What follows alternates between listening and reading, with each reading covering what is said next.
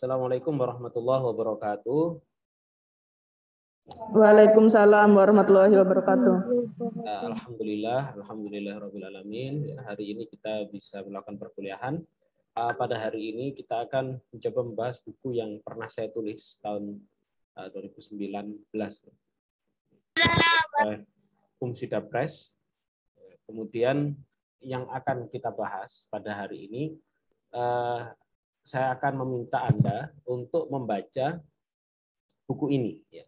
Membaca buku ini, kemudian Anda berikan penjelasan-penjelasan dari pertanyaan-pertanyaan yang sudah saya berikan di e-learning. Nah,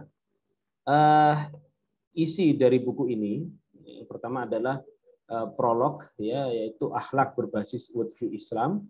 Kita akan mencoba mengungkap apa itu worldview Islam. Yang pertama adalah problem keyakinan dan moralitas.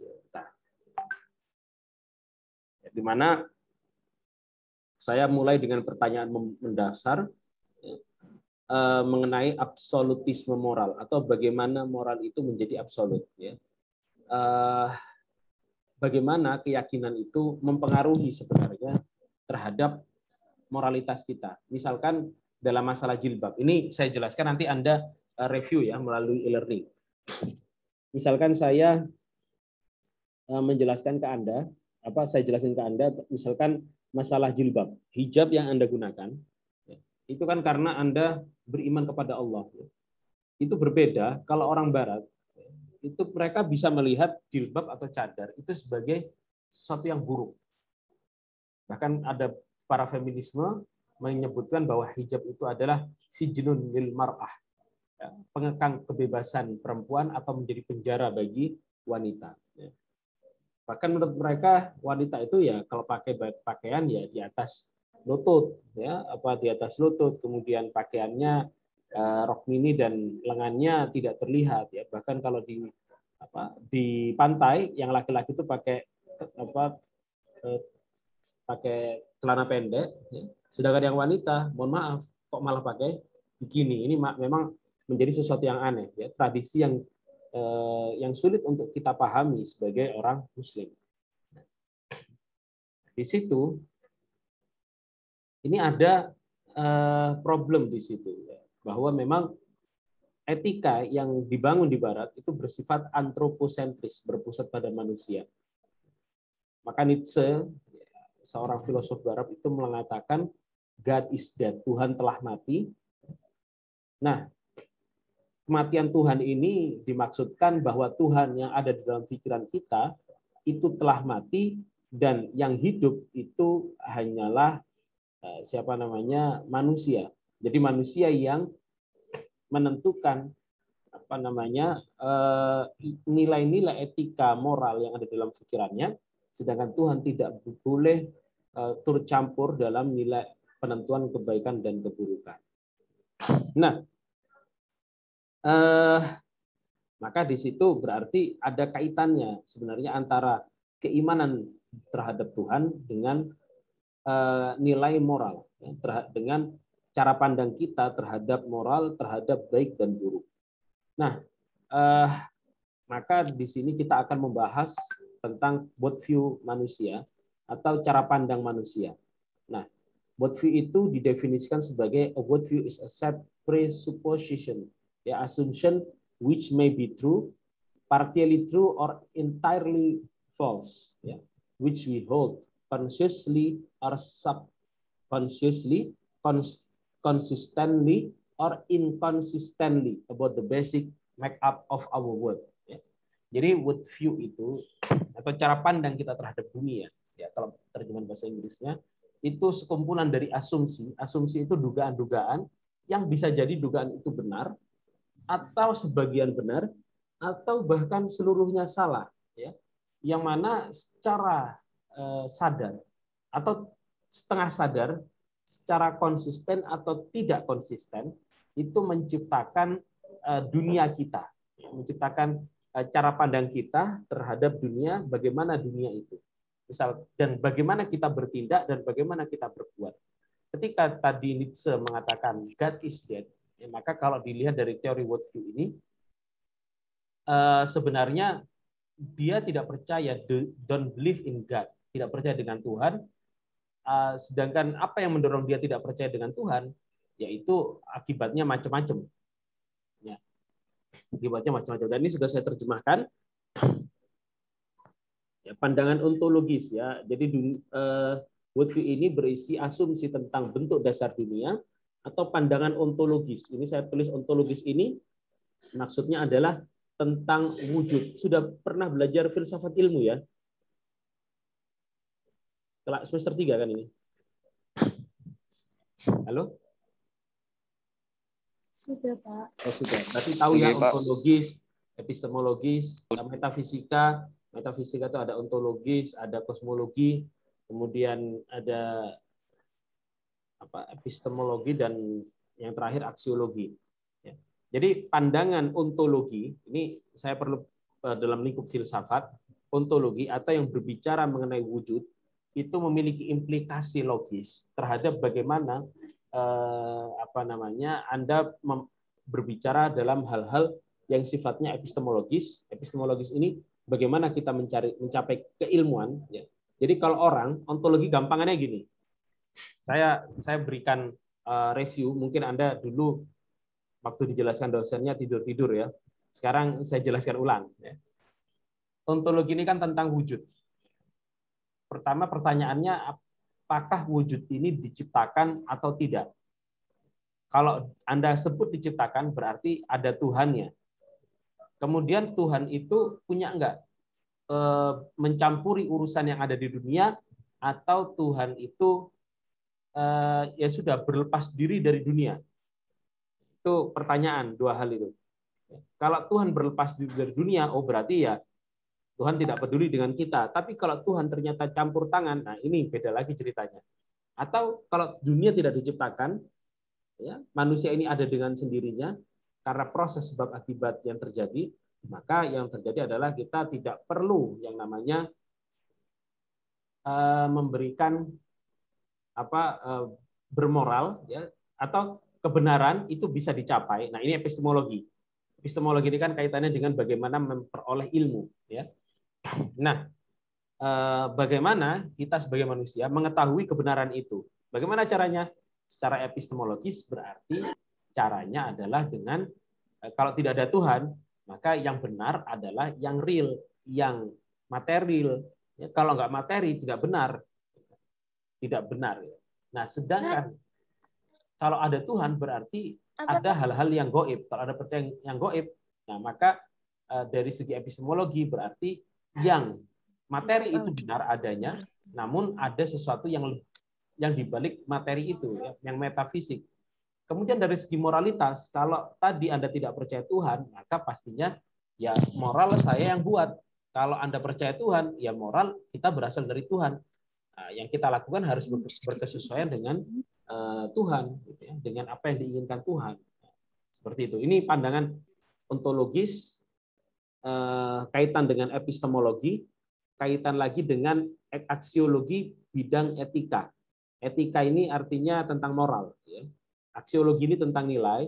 Nilai dibagi dua, etika dan estetika. Kalau etika ini tentang moral, kalau estetika ini tentang keindahan. Saya kira seperti itu ya. Jadi teori tentang wujud, pandangan tentang wujud, tentang bagaimana wujud alam semesta ini, itu berkaitan erat dengan pandangan kita terhadap yang kita sebut dengan moral. Nah, dan itu secara sadar tidak sadar mempengaruhi. Nah, jawaban Cap Worldview itu berbeda satu dengan yang lainnya. Ya. Maka ini pertanyaan-pertanyaannya dari James W. Sear. Ya.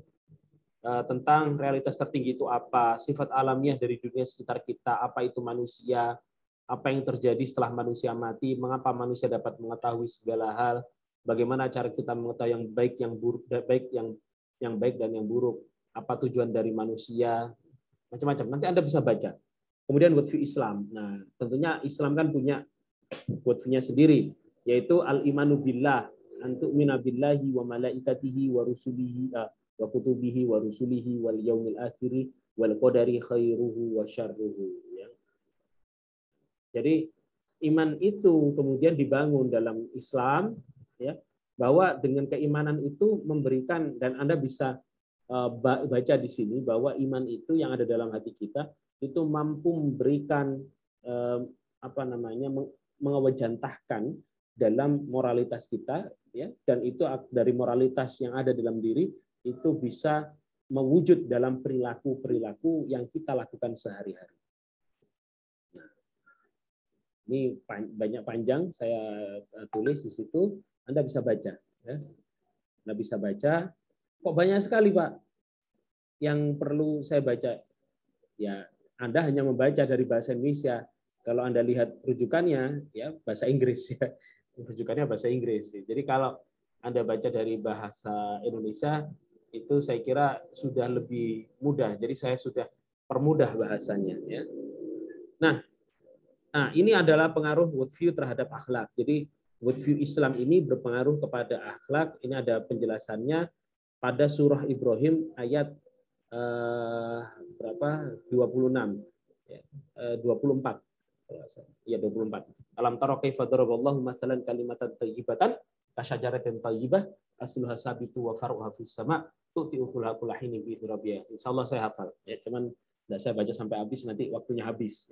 Jadi Anda bisa baca bahwa kalimat thayyibah la ilaha illallah Muhammadur Rasulullah, ya, kalimat thayyibah kasyajarah thayyibah, seperti pohon yang baik. Asluha sabit, akarnya menujam di langit, wa faruha fis sama', namun cabang-cabangnya itu berada di langit-langit. Yaitu tiukulaha kullahini biizni rabbiha, dari cabang-cabang itu memberikan buah yang baik-baik, ya. Nah, maksudnya apa? Bahwa iman la ilaha illallah itu memberikan pada seorang muslim perilaku yang baik. Nah, ikrar kalimat thayyibah itu memiliki konsekuensi langsung bagi manusia, ya. Ketika ada tulisan ini la yazni zani hina yazni wa huwa mu'min wa la yasriku sariku hina yasriku wa huwa mu'min wa la yashrabul khamra hina yashrabuha wa huwa mu'min. Jadi ada orang pezina. Ini misalkan Anda lihat ada ustadz gitu, ya. Ini ustadz kok mesum gitu, ya. Ya, berarti ketika dia berzina atau dia ketika mesum itu bukan ustadz. Ya, posisinya bukan sebagai mukmin, dia bukan mukmin, pasti waktu itu dia hilang imannya, dia hilang. Sehingga ini pengaruh antara keimanan dengan perbuatan.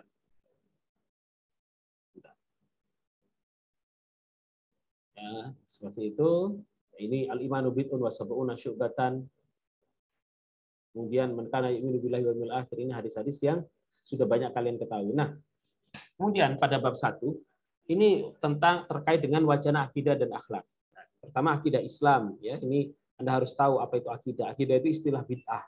Tidak ada di sebelum-sebelumnya, hanya saja yang sebelumnya itu disebut iman. Al-imanu huwa, ya, untuk minabillahi, itu pada masa lalu.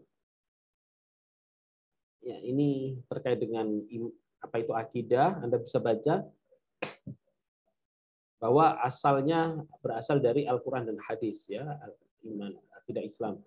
Pembagiannya, ruang lingkupnya ini dibagi oleh Imam Al-Ghazali, ya, Imam Al-Ghazali. Ini pembagian sampai 29 ini. Ya, ini pembagiannya dari Imam Al-Ghazali. Kemudian akhlak, Anda harus tahu definisi akhlak itu apa. Jadi akhlak itu jamaknya dari kata al-khuluq, ya. Kemudian ini kata Ibnu Manzur dalam Surah Arab, al-khuluq wad din wat-taba' was-sajiyah wa haqiqatuhu annahu li suratil insanil batinah wa hiya nafsuhu wa awsafuha wa ma'aniha al-muhtassa biha bimanzilatil khalqi li suratihi ad-dhahirati wa awsafuha wa ma'aniha wa lahum awsafun hasanah wa qabihah wa thawab wal iqab yata'allaqani bi awsafi suwaril batinah. Itu jadi ini biar kelihatan pintar saya, ya. Jadi saya baca Arabnya. Ya, intinya gini. Khuluq itu adalah tabiat perangai manusia, ya, kemudian zamannya akhlak. Tabiat perangai karakter itu letaknya ada di dalam hati, ada di dalam kolbu, ada dalam pikiran, ada dalam jiwa manusia, ya. al-khilqah, ya biasa dengan al-khilqah yang artinya adalah al-fitrah. Jadi ada kaitan antara fitrah dan akhlak dan khuluq. Ini definisi para ulama. Al-khuluqu halun lin nafsi da'iyatan ila af'aliha min ghairi fikrin wala rawiyah. Ini nanti Anda baca, Anda pahami, ya. Kenapa? Ini berat Pak tulisannya? Enggak berat, Pak. Ringan, ya. Insya Allah ringan. Fa in kanatil hay'atu bihaitsu tasdiru anhal af'al al-jamila al-mahmuda aqlan wa syar'an sumiyat, ya. Tilkal hay'ah khuluqan hasanan. Wa in kana sadir anhal af'al, jadi perbuatan yang baik yang muncul dari dalam jiwa seseorang, ya, itu adalah perbuatan yang baik, berarti akhlaknya yang ada di dalam dirinya itu adalah akhlak yang baik. Sadir, artinya yang keluar, yang berasal darinya. Kemudian nanti saya minta Anda untuk membahas apa diferensi atau perbedaan antara akhlak, tradisi, hukum syariah, agar Anda tahu. Seringkali kalau dalam kajian hukum, misalkan Anda nonton di grup atau di internet gitu ya, apa landasan moral dari hukum ini? Nah, landasan moral inilah yang nanti perlu Anda ketahui. Ya. Landasan moral bahwa membunuh itu buruk, maka membunuh dilarang. Ya. Maka orang yang membunuh dengan sengaja dalam hukum Indonesia dan terbukti, maka dia harus dihukum mati. Gitu. Itu contohnya. Terus apa bedanya dengan tradisi? Apa bedanya hukum dengan syariat? Syariat ini ada penjelasannya di sini. Ya. Yang bisa Anda pahami, dan kemudian silakan nanti di review, ya, di review dari apa yang sudah Anda baca. Ini butuh membaca yang sedikit, dan sebenarnya hukum dan syariat itu sama, jalan. Syarat itu kan jalan, ya. Jadi walikullin ja'alna minkum syir'atan wa minhaja. Ini nanti hubungan antara akhlak, hukum, akhlak, tradisi, hukum, dan syariat.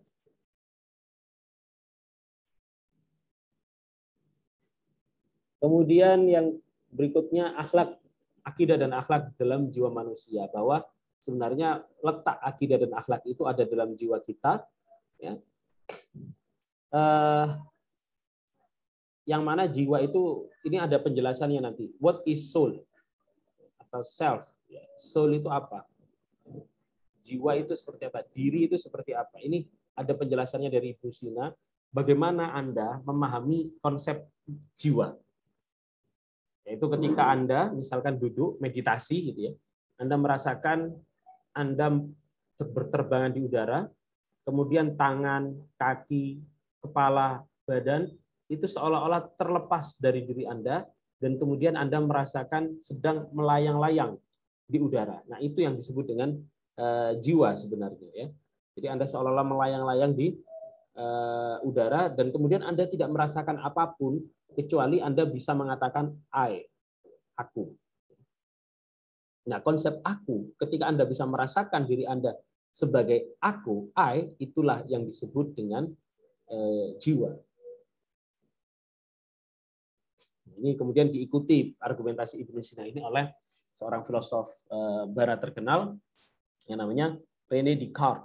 Ibnu Sina ini tahu ya, Avicenna. René Descartes ini mengikuti cara pandang Ibnu Sina ini dalam bukunya Meditation. Sudah ada rujukannya di bawah. Anda kalau mau nyari rujukan aslinya ya monggo, ya. Ini ada, bahkan saya kutip di bawah ini di footnote, I will think that the sky, the air, the earth, color, shape, sun, and all external things are no different from the illusions of our dream. Jadi yang kita rasakan ini tidak ada berbeda dengan apa yang sebenarnya menjadi ilusi dalam mimpi kita. I will consider myself as having no hand, no eyes, no flesh, no blood, and no sense, but yet as fleshly believing that I have all this. What about thinking?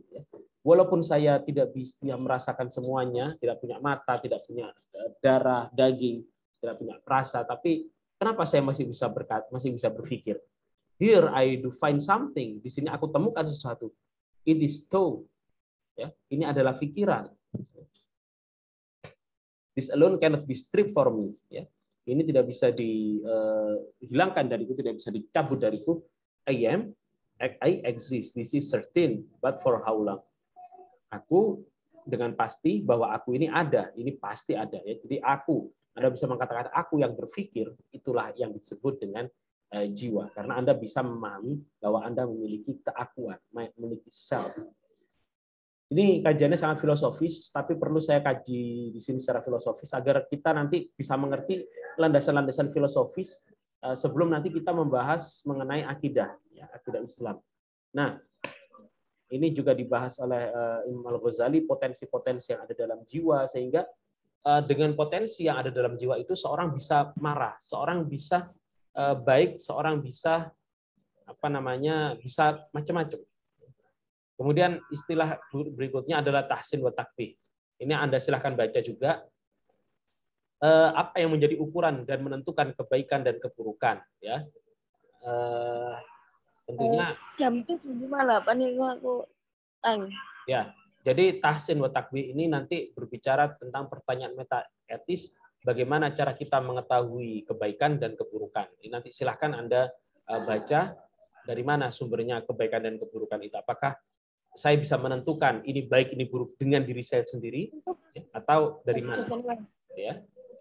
Silahkan nanti Anda baca, Anda jelaskan. Ya. Apakah kebaikan dan keburukan itu hanya bisa ditemukan dari Al-Quran dan Sunnah saja? Orang non-Muslim itu nggak bisa tahu apa itu baik, apa itu buruk. Apakah seperti itu? Itu benar juga. Silahkan Anda baca, gitu ya. Kemudian akhlak tengah. Akhlak tengah ini doctrine of the mean, yaitu bahwa akhlak yang baik itu adalah akhlak yang berada di pertengahan antara dua hal yang saling tatoruf, yang saling ekstrim. Ya. Yang pernah saya jelaskan, silakan nanti Anda baca juga ini. Dan ke depan ini bisa jadi referensi juga ya kalau Anda menulis makalah dan lain-lain buku ini. Saya kira dari waktunya tinggal 10 menit sebenarnya. Sebentar. Saya perlu share screen juga masalah pengerjaan sebentar saja nanti sebelum berakhir ya. Nah, ini yang sudah Anda buka ya untuk materinya. Kemudian file RPS Anda bisa download. Nah, buku relasi akidah akhlak ini bisa Anda download dan buku membenarkan dalam iman ini bisa Anda download dua-duanya. Kemudian yang pertama ini Anda baca prolog dan bab 1 dari buku relasi akidah dan akhlak. Relasi akidah dan akhlak itu. Kemudian ini ada pertanyaan-pertanyaan. Ya, ada pertanyaan-pertanyaan, ada 10 pertanyaan dari 10 subbab itu. Jadi Anda harus baca. Ya. Kemudian jawablah hal-hal ini menggunakan fitur audio, Anda buka. Kemudian Anda klik add a new discussion topic. Ya. Kemudian Anda klik wilayah ini. Nah, Anda klik ini. Bisa kelihatan ya, Pak? Record audio. Nah, subjeknya Anda isi dulu. Ya, menjawab nama Anda, ketik saja nama Anda siapa gitu. Nah, kemudian Anda klik audio ini, record audio. Anda bisa menjawab pertanyaan yang ini 10 ini satu persatu atau Anda jawab 10 sekaligus ya.